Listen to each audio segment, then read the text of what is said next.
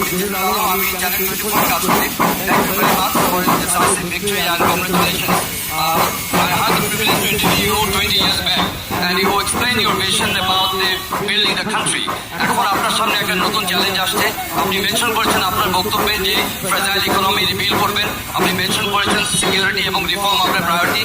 আমাকে যদি বলেন যে বিগত অথরিটেরিয়ান রুলে আমরা দেখেছি যে বাংলাদেশের অর্থনৈতিক সেক্টরটা কিভাবে লুটপাট হয়েছে, কিভাবে অলিগার্কি তৈরি হয়েছে, আপনার ইকোনমিক রিবিল্ডিং প্রসেসের মধ্যে এই যে ধনী শ্রেণী তৈরি করা হয়েছে, একটা অলিগার্কি শ্রেণী তৈরি করা হয়েছে, মানি লন্ডার করা হয়েছে, এ ব্যাপারে আপনি কি ধরনের পদক্ষেপ নেবেন যদি একটু সংক্ষেপে এক্সপ্লেইন করতেন। আপনি যদি আমাদের ম্যানিফেস্টো বা ইশতেহার দেখেন, সেখানে এই প্রশ্নের উত্তরগুলো সম্পূর্ণ সুন্দরভাবে আপনি পাবেন।